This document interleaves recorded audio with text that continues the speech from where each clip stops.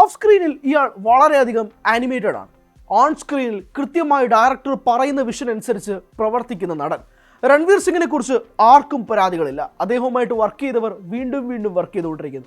അദ്ദേഹം സെറ്റിൽ കൊടുക്കുന്ന excitement, energy എല്ലാം രൺവീർ സിംഗ് എന്ന വ്യക്തി ബോളിവുഡിനെ തന്നെ ഒരു ഘട്ടത്തിൽ ഷേപ്പ് ചെയ്തിരിക്കുന്നതും ആ രീതിയിലാണെന്ന് പറയേണ്ടി വരും. ബോളിവുഡിൽ ഒരു പുതിയ വ്യക്തിയായിരുന്നു രൺവീർ സിംഗ്. ഓഡീഷൻസിലൂടെ കഷ്ടപ്പെട്ട് വന്ന് തൻ്റെതായ സാമ്രാജ്യം നേടിയെടുത്ത നടൻ കൂടിയാണ് രൺവീർ സിംഗ്. ആ രൺവീർ സിംഗിൻ്റെ കരിയർ അനാലിസിസിനെ കുറിച്ച് നമുക്കൊന്ന് സംസാരിക്കാം. അദ്ദേഹം എവിടെ നിന്ന് തുടങ്ങി ഇപ്പോൾ എത്തി നിൽക്കുന്ന സ്റ്റേജ് ഏതുവരെയാണ് എന്നത്.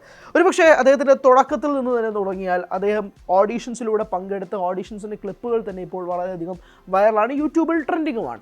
അപ്പോൾ മുതൽ രൺവീർ കാത്തു സൂക്ഷിക്കുന്ന ഒന്നുണ്ട്. അത് തൻ്റെ അഭിനയ മികവൊന്നുമല്ല, എനർജി, എക്സൈറ്റ്മെൻ്റ് ആണ്.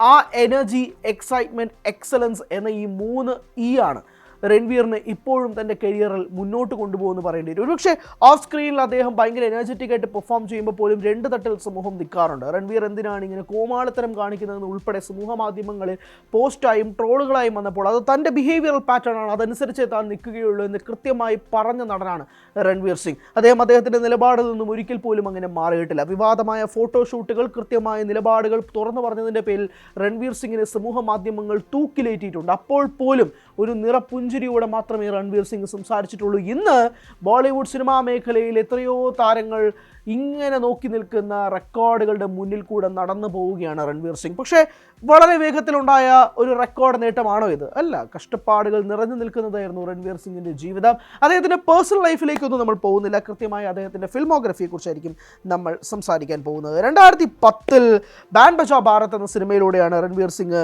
വരുന്നത്. അനുഷ്ക ശർമ്മയുടെ പേരായിട്ടാണ് രൺവീർ എത്തുന്നത്. ആ ചിത്രത്തിൽ തന്നെ അദ്ദേഹത്തിൻ്റെതായ ഭയങ്കര കഥാപാത്രമോ ലീഡൊന്നും അല്ലായിരുന്നു. ബട്ട് അദ്ദേഹത്തിന് കിട്ടിയ വേഷം ഗംഭീരമായിട്ട് ചെയ്തതുകൊണ്ട് തന്നെ രൺവീർ എന്ന് പറയുന്ന വ്യക്തി സിനിമാ മേഖലയിലേക്ക് വന്നിട്ടുണ്ടേ എന്ന് ആദ്യത്തെ സിനിമയിൽ തന്നെ രൺവീറിനത് പറയാൻ സാധിച്ചു. 2011 ലേഡീസ് വേഴ്സസ് റിക്കി ബാൽ എന്ന് പറയുന്ന സിനിമ വരുന്നത്. ആ സിനിമയിലും അനുഷ്ക ശർമ്മയുടെ പേരായിട്ടാണ് രൺവീർ എത്തുന്നത്. Ladies versus Ricky Bahl didn't do a great run in box office, പക്ഷേ രൺവീർ വാസ് എസ്റ്റാബ്ലിഷ്ഡ്. ഈ 2 സിനിമകൾ കൊണ്ട് തന്നെ രൺവീറിനൊരു എസ്റ്റാബ്ലിഷ്മെൻറ്റ് കിട്ടി എന്ന് തന്നെ പറയണം. 2013 ലൂട്ടേറ വരുന്നത്. ലൂട്ടേറ ആക്ച്വലി രൺവീറിന് ഒരു കരിയർ ഷിഫ്റ്റ് ആയിരുന്നു എന്ന് വേണമെങ്കിൽ തന്നെ വിളിക്കാം. അത് അത്യാവശ്യം നല്ല രസമായിരുന്ന പടമായിരുന്നു. അനുരാഗ് കശ്യപ്പാണ് ചിത്രം പ്രൊഡ്യൂസ് ചെയ്തത്. സോനാക്ഷി സിൻഹയുടെ പേരായിട്ടാണ് രൺവീർ എത്തി. ഇരുവരും തമ്മിലുള്ള ഗംഭീരമായ കെമിസ്ട്രിയും കഥയും ഒക്കെ തന്നെ ഭയങ്കര രസമുണ്ടായിരുന്നു. ഭയങ്കര ഫീൽ ഗുഡ് ആണ്, കുറച്ച് ഇമോഷണലാണ്, അങ്ങനെ നിറഞ്ഞിരിക്കുന്ന ഒരു സിനിമയായിരുന്നു ലൂട്ടേറ 2013 വന്നത്. And then came Ramaleela. Ramlila എന്ന് പറയുന്ന സിനിമ ഗോലിയോങ്കി രാസ്ലീല രാംലീല, അതാണ് നമുക്ക് മുഴുവൻ പേര്. രാംലീല എന്ന് പറയുന്ന സിനിമ ഒരുപക്ഷെ സഞ്ജയ് ലീല ബൻസാരിയുടെ സിനിമയാണ്. അദ്ദേഹത്തിൻ്റെ ക്രാഫ്റ്റാണ്. Sanjay Leela Bansari, the gem of a director that we have, അദ്ദേഹം ചെയ്തെടുത്ത സിനിമയാണ് രാംലീല. ഒരുപക്ഷെ പ്രിയങ്ക ചോപ്രയുടെ ലാസ്റ്റ് ഡാൻസും അല്ലെങ്കിൽ അതിൻ്റെ പാട്ടുകളൊക്കെ തന്നെ ഭയങ്കരമായി വൈറലായിരുന്നു. ഒരുപക്ഷെ അന്ന് സമൂഹ മാധ്യമങ്ങൾ ഇത്രയും വൈറലായിരുന്നില്ല. ഇന്ന് വല്ലതും ആണ് അതിൻ്റെ ആദ്യത്തെ സാധനം ഇറങ്ങിയിരുന്നുണ്ടെങ്കിലോ ട്രെൻഡിങ് ചാർട്ടുകളിൽ നിറഞ്ഞു നിന്നതിന് ആ പാട്. അപ്പോഴും യൂട്യൂബ് ഒന്നും ഭയങ്കര തരംഗമായിരുന്നില്ല. It was 2013. ആ സമയത്തൊക്കെ ഉണ്ടാക്കിയ ഓളം എന്ന് പറഞ്ഞു കഴിഞ്ഞു കേട്ടല്ലോ, ഭയങ്കര ഓളമായിരുന്നു സോഷ്യൽ മീഡിയയിൽ ഒട്ടാകെ തന്നെ. അവിടെ there rose that perfect couple, Deepika Padukone and Ranveer Singh എന്ന് പറയുന്ന കപ്പിൾ രാംലീലയിലാണ് തുടക്കം കുറിക്കുന്നത്. സഞ്ജയ് ലീല ബൻസാലിയുടെ ഡയറക്ഷനിൽ. ഒരുപക്ഷെ ദീപിക രൺവീറിൻ്റെ ഒരു ജേർണി സാക്ഷ്യം വഹിച്ചൊരു സംവിധായകനായിരുന്നു Sanjay Leela Bansali. Great in his craftsman. എന്തായാലും രാംലീല എന്ന് പറയുന്ന സിനിമ ഗംഭീരമായ സിനിമയാണ്. കണ്ടിട്ടില്ലെങ്കിൽ പ്ലീസ് ഗോ ആൻഡ് വാച്ച്. ഗംഭീരമായ പടമാണ്. ഓവറോൾ എല്ലാം കൊണ്ടും ആ സിനിമ അതിഗംഭീരമായ സിനിമയാണ്. സിദ്ധാർത്ഥ് ഗരീമയാണ് അതിൻ്റെ സംഭാഷണങ്ങൾ എഴുതിയിരിക്കുന്നത്. ഗംഭീരമായ ഡയലോഗ്സാണ്. സിനിമാറ്റോഗ്രാഫി രവിവർമ്മനാണ് ചെയ്തിരിക്കുന്നത്. സൂപ്പർബ്ലി ഡൺ സിനിമയാണ്. അത് കണ്ടിട്ടില്ലെങ്കിൽ കണ്ടു നോക്കുക.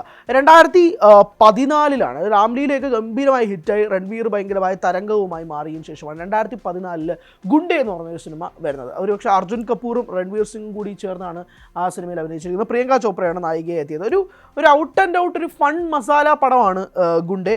ആക്ച്വലി ഫൺ മസാല എന്ന് പറഞ്ഞാൽ അതിനകത്ത് ഇതുകൊണ്ട് കേട്ടോ, ആക്ഷനുണ്ട് പടമാണ്. ആദിത്യ ചോപ്രയാണ് സിനിമ പ്രൊഡ്യൂസ് ചെയ്തിരിക്കുന്നത്. അലി അബ്ബാസ് സഫറാണ് ആ സിനിമ സംവിധാനം ചെയ്തിരിക്കുന്നത്. അതായത് അലി അബ്ബാസ് സഫറാണ് സുൽത്താൻ്റെ ഡയറക്ടർ, ടൈഗർ സിന്ദയുടെ ഡയറക്ടറൊക്കെ അലി അബ്ബാസ് സഫറാണ്. ഓക്കെ, അപ്പോൾ ഇദ്ദേഹമാണ് ഈ സിനിമ ഡയറക്റ്റ് ചെയ്തിരിക്കുന്നത്. ഇത് ഗംഭീരമായ വിജയം ചോദിച്ചാൽ ബോക്സ് ഓഫീസിൽ അത്യാവശ്യം നല്ല വിജയമായി. പക്ഷേ വേണ്ട രീതിയിലുള്ള ഹൈപ്പിനനുസരിച്ചുള്ള ഒരു റിസൾട്ട് ഈ സിനിമയ്ക്ക് കിട്ടിയിരുന്നില്ല.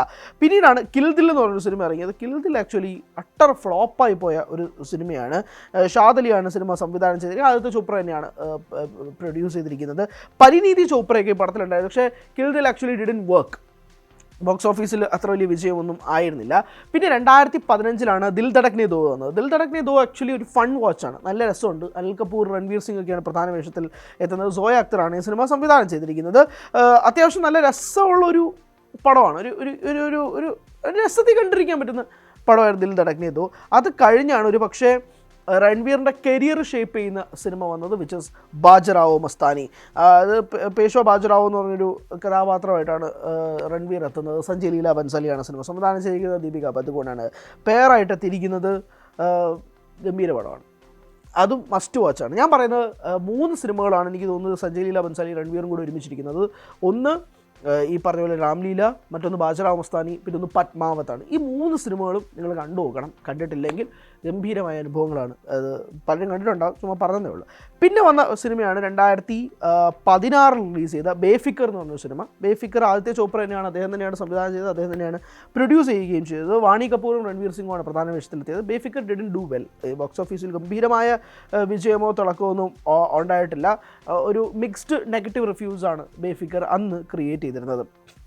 അത് കഴിഞ്ഞാണ് 2017 നമ്മൾ ഈ പറയുന്ന പത്മാവത് എന്ന് പറയുന്ന സിനിമ റിലീസ് ചെയ്തത്. അപ്പോൾ തന്നെ ഒരുപാട് പ്രശ്നങ്ങൾ ഇതിൻ്റെ പേരിലും ഒക്കെ ആയിട്ടുണ്ടായിരുന്നു, നമുക്കറിയാവുന്നതാണ്. അപ്പോൾ പത്മാവത് എന്ന സിനിമയിൽ സുൽത്താൻ അലാവുദ്ദീൻ ഖിൽജി എന്ന് പറയുന്നൊരു കഥാപാത്രമായിട്ടാണ് രൺവീർ എത്തുന്നത്. പത്മാവത്തിൽ ആക്ച്വലി ഒരു വലിയ സ്റ്റാർ കാസ്റ്റ് തന്നെ ഉണ്ടായിരുന്നു കേട്ടോ. സഞ്ജയ് ലീല ബൻസാലിയുടെ പടമാണ്.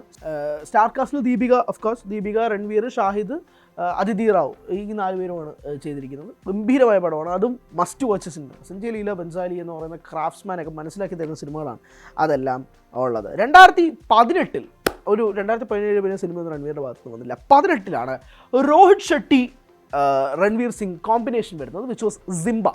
സിംബ ആക്ച്വലി ഒരു പോലീസ്, ഒരു കോപ്പ് യൂണിവേഴ്സ് ഉണ്ട്.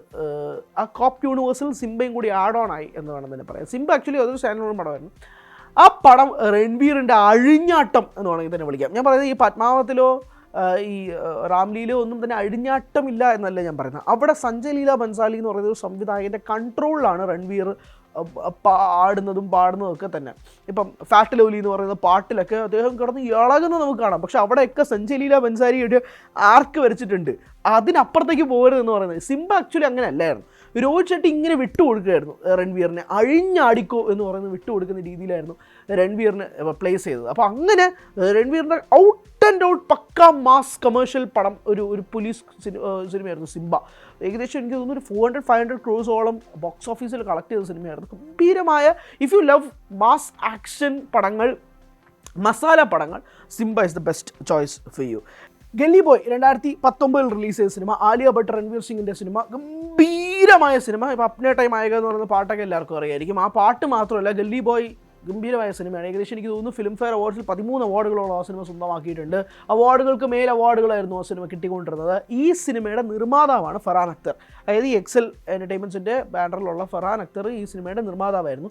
ഇപ്പോൾ ഇവർ തമ്മിലാണ് ഡോൺ 3യുടെ പേരിൽ പ്രശ്നം നടക്കുന്നത്. അപ്പോൾ ഈ ഫർഹാൻ അക്തർ, സോയ അക്തറാണ് ഈ സിനിമ സംവിധാനം ചെയ്തിരിക്കുന്നത്. ഇവരാണ് ഗല്ലി ബോയ് രൺവീറിന് കൊടുത്തത്. പക്ഷേ ആ രീതിയിലുള്ള പെരുമാറ്റമൊന്നും തിരിച്ച് രൺവീറിൻ്റെ ഭാഗത്തുനിന്ന് നിലവിലുണ്ടാവുന്നില്ല ഡോൺ 3. അത് വേറെ കഥയാണ്, നമ്മൾ അതിനെക്കുറിച്ച് നമുക്ക് സംസാരിക്കാം. പിന്നീടാണ് 2021 സൂര്യവംശി എന്ന് പറയുന്ന സിനിമ വരുന്നത്. സൂര്യവംശി ആക്ച്വലി സിംബ എന്ന് പറയുന്ന കഥാപാത്രം ഉണ്ടല്ലോ രോഹിത് ഷെട്ടിയുടെ, ആ ഒരു കോപ്പ് യൂണിവേഴ്സിൽ സൂര്യവംശി എന്ന് പറയുന്ന സിനിമയ്ക്കകത്ത് രൺവീർ ഒരു ക്യാമിയോ വേഷത്തിലാണ് വരുന്നത്. ഇത് ആക്ച്വലി അക്ഷയ് കുമാറിൻ്റെ സിനിമയാണ്. സൂര്യവംശിയും കണ്ടു നോക്കണം. ഈ കോപ്പ് യൂണിവേഴ്സ് മാത്രമല്ല, എക്സാക്ട്ലി ഒരു മാസ് മസാല പടത്തിന് എന്ത് വേണോ അതാണ് സൂര്യവംശി. ഗംഭീരമായ തിയേറ്റർ അനുഭവം കിട്ടിയ ഒരു സിനിമയാണ്.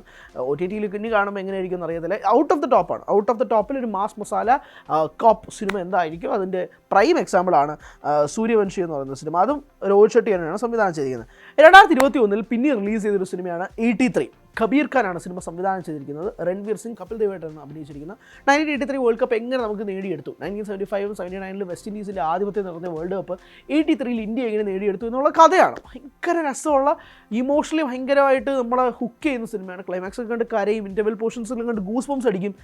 പൃഥ്വിരാജ് കുമാറാണ് കേരളത്തിൽ ഈ സിനിമ ഡിസ്ട്രിബ്യൂട്ട് ചെയ്തത്. അപ്പോൾ നല്ല ഇൻ്റർവ്യൂസൊക്കെ രൺവീറിനേക്ക് ഇങ്ങോട്ടേക്ക് കൊണ്ടുവന്ന്, കൊച്ചിയിലേക്ക് കൊണ്ടുവന്ന് ഭയങ്കരമായ പരിപാടിയൊക്കെ നടത്തിയാണ്. തിയേറ്റേഴ്സിൽ ഈ സിനിമ എനിക്ക് ഭയങ്കരമായി വർക്കായി. പക്ഷേ this film was A terrible disaster. ഇത് മുടക്കിയ ബഡ്ജറ്റിനേക്കാളും കുറവായിട്ടാണ് ഈ സിനിമ കിട്ടിയത്. ബ്രേക്ക് ഈവൻ പോയിട്ട് മുടക്കിയത് പോലും തിരിച്ചു കിട്ടിയില്ല അവസ്ഥയിലായി. പക്ഷേ അതാരും പ്രതീക്ഷിച്ചിരുന്നതല്ല. 83 നല്ല ഹൈപ്പ് ഉണ്ടായിരുന്നു. പക്ഷേ സിനിമ ഡിഡ് നോട്ട് സക്സീഡ്. ആ സിനിമ ഭയങ്കരമായിട്ട് പരാജയപ്പെട്ടു. അത് ചെറിയ വിഷമമൊന്നുമല്ല ഉണ്ടാക്കിയത്. ദീപിക പഡുകോണും കൂടി ചേർന്നാണ് പ്രൊഡ്യൂസ് ചെയ്തത് ഈ സിനിമ. ദീപികയാണ് ഇതിൽ നായികയായിട്ട് വന്നത് കേട്ടോ. ഇതിനകത്ത് നല്ല സ്റ്റാർ കാസ്റ്റ് ഉണ്ട്. ജീവയാണ് കൃഷ്ണമാചാരി ശ്രീകാന്തായിട്ട് വന്നത്, അഭിനയിച്ചത്. അങ്ങനെയൊക്കെ ഉണ്ട്. ജയേഷ് ഭായ് ജോർദാർ എന്ന് പറഞ്ഞൊരു സിനിമയാണ് പിന്നീട് ചെയ്തത്. 2022 ആക്ച്വലി നല്ല പടമാണ്, നല്ല സിനിമയാണ്.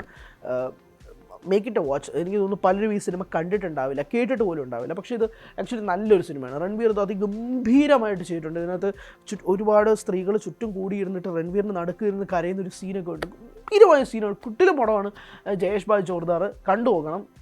അത്യാവശ്യം നല്ല ഹ്യൂമറൊക്കെ ഉണ്ട്. പക്ഷേ സമൂഹത്തിൽ ഒരു ഇക്വാലിറ്റി, റൈറ്റ്സ്, സ്ത്രീകൾക്കുള്ള റൈറ്റ്സ് എന്നൊക്കെ കൃത്യമായി സംസാരിച്ച സിനിമയാണ്. പക്ഷേ ഇന്നത്തെ സമൂഹത്തിന് വേണ്ടി ഒരു ടോപ്പിക്കാണ് ഈ സിനിമ സംസാരിക്കുന്നത്. ഗംഭീരമായ സിനിമയായിട്ട് തോന്നി. പിന്നീടാണ് രോഹിത് ഷെട്ടിയുമായിട്ട് വീണ്ടും രൺവീർ ഒരു സിനിമ ചെയ്യുന്നത്, വിച്ച് ഇസ് സർക്കസ്.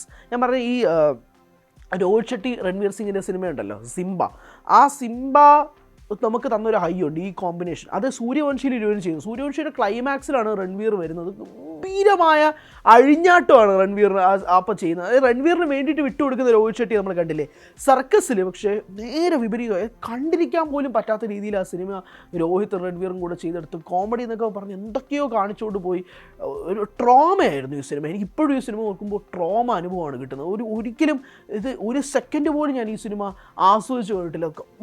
ഭയങ്കര ഗംഭീര ട്രോമ എന്നൊക്കെ പറയത്തില്ല. ഇത് സർക്കസ് എന്ന് ആലോചിക്കുമ്പോഴേ ട്രോമയായിരുന്നു. ഈ സിനിമ പരാജയപ്പെടുകയാണ് ചെയ്തത്. ഡബിൾ റോളിലൊക്കെയാണ് രൺവീർ എത്തിയത്. അതിനുശേഷമാണ് 2023 കരൺ ജോഹറിൻ്റെ സംവിധാനത്തിൽ റോക്കി ഓർ റാണി കി പ്രേം കഹാനി എന്ന സിനിമയിൽ ആലിയ ഭട്ടും രൺവീർ സിംഗും ചേർന്ന് അഭിനയിക്കുന്നത്. Actually it's A nice film, very nice film. എനിക്ക് തോന്നുന്നു 2023 ബോക്സ് ഓഫീസിൽ തന്നെ ഗംഭീരമായ കളക്ഷൻ നേടിയെടുത്ത സിനിമയും കൂടിയാണ് ഇത്. ഒരു റൊമാൻറ്റിക് ജോണറിൽ വരുന്ന സിനിമയാണ്, നല്ല പടമാണ്, കണ്ടുപോകണേ. 2024 പിന്നെ റിലീസ് ചെയ്ത സിനിമയാണ് സിംഗം എഗെയിൻ. അതിനകത്ത് അജയ് ദേവ്ഗൺ പ്രധാന വേഷത്തിലെത്തി. രോഹിത് ഷെട്ടി തന്നെയാണ് വന്നത്. കോപ്പ് യൂണിവേഴ്സ് വീണ്ടും ഇവരെല്ലാവരെയും കൂടി ഉൾക്കൊള്ളിച്ച് കൊണ്ടുവന്നൊരു സിനിമയാണ് സിംഗം എഗെയിൻ. പക്ഷേ സൂര്യവംശിയെക്കാളും സിംഗം എഗെയിൻ ഗംഭീരമായിട്ട് എനിക്ക് തോന്നിയില്ല. സൂര്യവംശി ഇങ്ങനെ നിൽക്കുക, സിംഗം എഗെയിൻ കുറച്ച് ഒരു പടി താഴെ എന്ന് വേണമെങ്കിൽ വിളിക്കാൻ കഴിയുന്ന സിനിമയാണ് സിംഗം എഗെയിൻ. പിന്നെ അത് കഴിഞ്ഞിട്ടാണ് രൺവീറിൻ്റെ തലവരെ മാറ്റുന്ന 2 സിനിമകൾ വന്നു. ഒന്ന് ദുരന്തർ, മറ്റൊന്ന് ഇപ്പോൾ Dhurandhar 2 the revenge. Dhurandhar Aditya cinema സംവിധാനം ചെയ്യുന്നു. B62 സ്റ്റുഡിയോസും ജിയോ സ്റ്റുഡിയോസും ചേർന്നാണ് നിർമ്മിക്കുന്നത്. ദുരന്തർ കാരണമാണ് രൺവീർ ഇപ്പോൾ ഡോൺ 3 എക്സിറ്റ് ചെയ്തത്. കാരണം ദുരന്തറിൽ രൺവീർ എന്ന് പറഞ്ഞാൽ നമ്മൾ ഈ കാണുന്ന മാസ് പടം അല്ലെങ്കിൽ ഇതെല്ലാം ചെയ്തുകൊണ്ടിരുന്ന രൺവീറിനെയല്ല കാണുന്നത്. ഇത് കംപ്ലീറ്റ്ലി വേറൊരു വ്യക്തിയായിട്ടാണ് ദുരന്തറിൽ രൺവീർ വരുന്നത്. അതിപ്പോൾ 2 പാർട്ടിലായിരുന്നു. ആദ്യത്തെ തരം ചെയ്ത ഏറ്റവും ഗംഭീരമായ കാര്യം എന്ന് പറഞ്ഞാൽ ഈ 2 പാർട്ടുകളും ചേർന്ന് ഒരുമിച്ചെടുത്തു. അത് ഒരുമിച്ചെടുത്തുകൊണ്ട് തന്നെ December 5, 2025 ദുരന്തർ ആദ്യ ഭാഗം ഇറങ്ങി. 19 March 2026 ദുരന്തറിൻ്റെ 2ാം ഭാഗം ഇറങ്ങി. 2 ഗംഭീരമായ സക്സസ്.